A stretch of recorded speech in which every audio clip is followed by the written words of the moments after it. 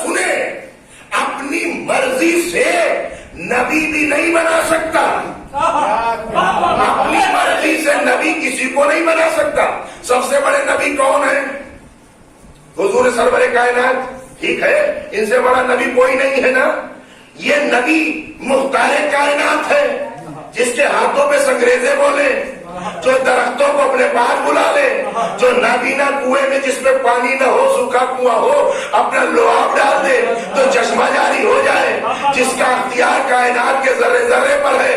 یہ نبی باپ بھی ہے، باپ بھی ہے بیٹی کا، اور قدرت نے دنیا کے ہر باپ کو، چاہے وہ غریب باپ ہو یا امیر باپ ہو، یہ حق دیا ہے جسے چاہے اپنا داماد بنا لے۔ اگر آپ میری بات سے متفق ہیں تو ذرا بولیے۔ دنیا کے ہر باپ کو قدرت نے یہ حق دیا ہے کہ جسے چاہے اسے اپنا داماد بنا لے، جس کو چاہے اپنی بیٹی دے، یہ حق ہر باپ کو ہے۔ لیکن جو کائنات میں سب سے بڑا باپ ہے، سب سے عظیم باپ ہے، جو مختار کائنات باپ ہے، اس سے یہ حق چھین لیا، اس سے یہ حق چھین لیا۔ پروردگار یہ حق چھین لیا اپنے نبی سے۔ اب آپ ذرا غور کریے گا، جو نبی اپنی مرضی سے اپنے گھر کا داماد نہیں بنا سکتا، وہ اپنی مرضی سے سوالات کے مجمع میں کسی کو مولا کیسے بنائے گا؟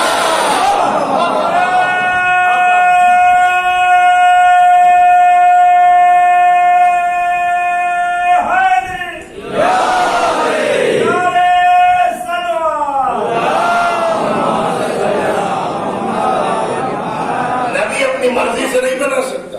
نبی کا کام ہے کہ وہ سفارش کر سکتا ہے، وہ پرستاؤ رکھ سکتا ہے، لیکن بنائے گا اللہ، بتائے گا نبی۔ بنانا اللہ کا کام ہے، بتانا نبی کا کام ہے۔ اور جو نبی کے بتائے ہوئے کو نہ مانے، اس کا حشر کیا ہوگا؟ دیکھیے، ایک بات یاد رکھیے گا، قاتل پہ لعنت اور قاتل کے حمایتی پہ لعنت۔ جو سن کے قتل پہ راضی ہو اس پہ لعنت۔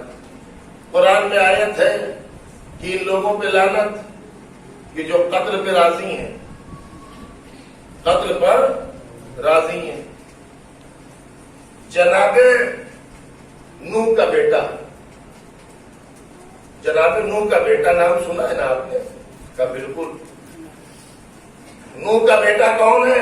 کہا نوح کا بیٹا ہے، نبی کا بیٹا ہے، نبی کا بیٹا ہے۔ ڈوب گیا کہ نہیں؟ جناب نوح نے کشتی بنائی تھی۔ کیا بنایا تھا؟ سفینہ نجات، یعنی نجات کی کشتی بنائی تھی۔ اب کہا جو آئے گا وہی بچے گا، جو آئے گا وہی بچے گا، اور ہوا بھی یہی، جو آیا وہ بچ گیا۔ نہ بیٹا آیا نہ زوجہ آئی، نہ بیٹا آیا نہ زوجہ آئی، بچے دونوں؟ کہا نہیں، بیٹا بھی گیا زوجہ بھی گئی۔ یا نبی اللہ جناب نوح، آپ اللہ کے نبی ہیں، بیٹا نہیں آتا، 4 آدمی کو بھیجیے، زبردستی ہاتھ پیر بندھائیے، اللہ کی کشتی میں بٹھا دیجیے۔ زوجہ نہیں آتی، چند عورتوں کو بھیجیے، پکڑ کے زبردستی لا کے کشتی میں بٹھا دیں۔ آپ تو جانتے ہیں کہ وہی بچے گا جو کشتی میں آئے گا، جو نجات کے سفینے میں آئے گا وہی بچے گا۔ آواز نوح آئی، مشورہ تو بڑا اچھا دیا تم نے، اور یہ کام تو میں کر سکتا تھا، لیکن معاملہ نجات کا ہے، معاملہ نجات کا ہے، نجات میں جبر نہیں ہے۔ نجات کی کشتی تیار کھڑی ہے، نجات چاہیے تو آ جاؤ۔ ہاتھ پکڑ کر کوئی نہیں لائے گا، رسی باندھ کر کوئی نہیں لائے گا، سفینہ نجات بنا کھڑا ہے، نجات چاہیے تو آ جاؤ۔ گھر سے بلانے نہیں جائیں گے، گودی میں اٹھا کے نہیں لائیں گے، ہوش نہیں جائے گی۔ جملہ یاد رکھیے گا، وہ نوح تھے، انہوں نے اپنے زمانے کا نجات کا سفینہ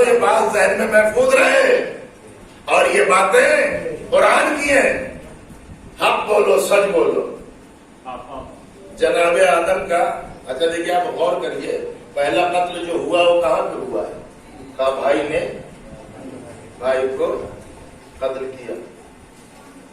اچھا فیملی بیک گراؤنڈ اچھا ہے کہ نہیں اچھا ہے؟ حابیل اور قابیل کا جو میٹر ہے یہ کتنا اچھا ہے بتائیے۔ آغوش ایک ہے، ایک زانو پہ دونوں پلے ہیں، جناب آدم کی گود ہے۔ اچھا آپ یہ نہیں کہہ سکتے صاحب کی سوسائٹی تھی لڑکا بگڑ گیا، کچھ تھا ہی نہیں، کچھ تھا ہی نہیں۔ ماحول، آپ ماحول پہ بلیو دے ہی نہیں سکتے کہ صاحب غلط صحبت میں تھا بگڑ گیا، اس نے چڑھا دیا اور اس نے کر دیا، کوئی تھا ہی نہیں۔ کون چڑھائے گا کون بٹھائے گا؟ باپ ماں دو بیٹے، کیا ہوا؟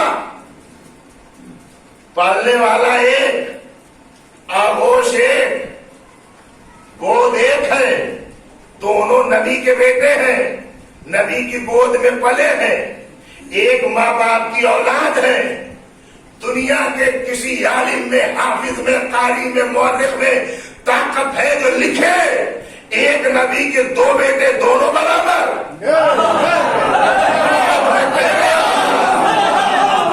کسی قلم میں قوت ہے جو لکھے ایک نبی کے دو بیٹے دو برابر؟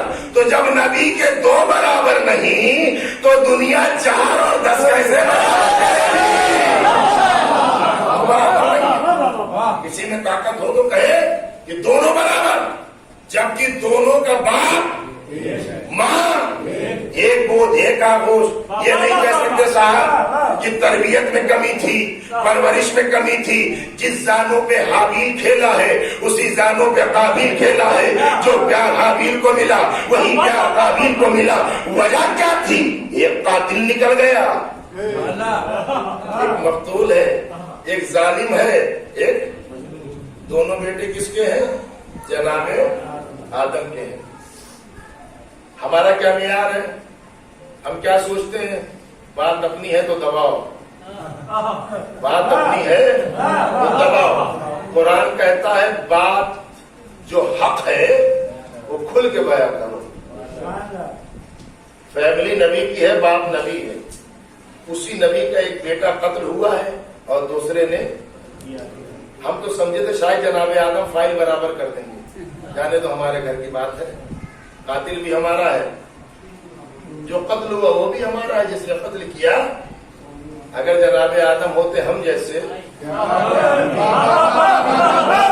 تو ہماری پالیسی تو یہی کہتی ہے صاحب اپنے گھر کی بات ہے دبا لو، اپنی بات ہے دبا لو۔ لیکن نبی کا عمل حجت ہے، نبی جو کرے گا وہ اسلام بنے گا، وہ قانون بنے گا، وہ دلیل و نظیر بنے گی۔ تو جناب آدم کا ریئیکشن کیا تھا؟ جب اپنے مقتول بیٹے کو دیکھا تو اپنے قاتل بیٹے پہ لعنت کی، اپنے مقتول بیٹے کو دیکھا تو اپنے قاتل بیٹے پر لعنت کی۔ دنیا ہم سے کہتی ہے کہ اتنی مجلسیں کرتے ہو، کیا کرتے ہو بھائی؟ اتنی مجلسیں کرتے ہو، محرم سے لے کے 8 ربیع الاول تک کرتے کیا ہو؟ کہا کو جو شریف اولاد ہوتی ہے وہی کرتی ہے جو باپ نے کیا ہے۔ ہم فرش ادا بچھا کر اسی سنت کو ادا کر رہے ہیں جو جناب آدم نے کی تھی۔ ہر قاتل پہ لعنت کرتے ہیں، مقتول کا ماتم کرتے ہیں، اس پہ لعنت ہے اور مظلوم کا ماتم ہے۔ پہلا قتل کیا قابیل نے۔ اگر آپ یوٹیوب پہ نیٹ پہ جا کے سرچ کریں گے تو یزید کی طرفدار کی ایک فوج ہے، یزید کی حمایتیوں کی فوج موجود ہے، فلاں ہے، یہ ہے، وہ ہے، یہ ایسا ویسا۔ میں نے کہا یزید تو بات کی بات ہے، قابیل کی حمایت میں کیوں نہیں بھائی؟ وہ تو نبی کا بیٹا ہے، نبی کا بیٹا ہے نا، قابیل قاتل ہے، نبی کا بیٹا بھی ہے، تو اس کی حمایت میں بولو، اس کی سپورٹ میں آپ کو ایک جملہ نہیں ملے گا۔ اس کی حمایت کرو بھائی، نبی کا بیٹا ہے، اس کی سپورٹ کیوں نہیں کر رہے ہو؟ یہ یزید کی ہی سپورٹ کیوں ہے؟ یہ یزید کے لیے ہی کیوں اتنی محبت آ رہی ہے؟ یہ یزید کے لیے ہی اتنے جذبات کیوں بھر رہے ہیں؟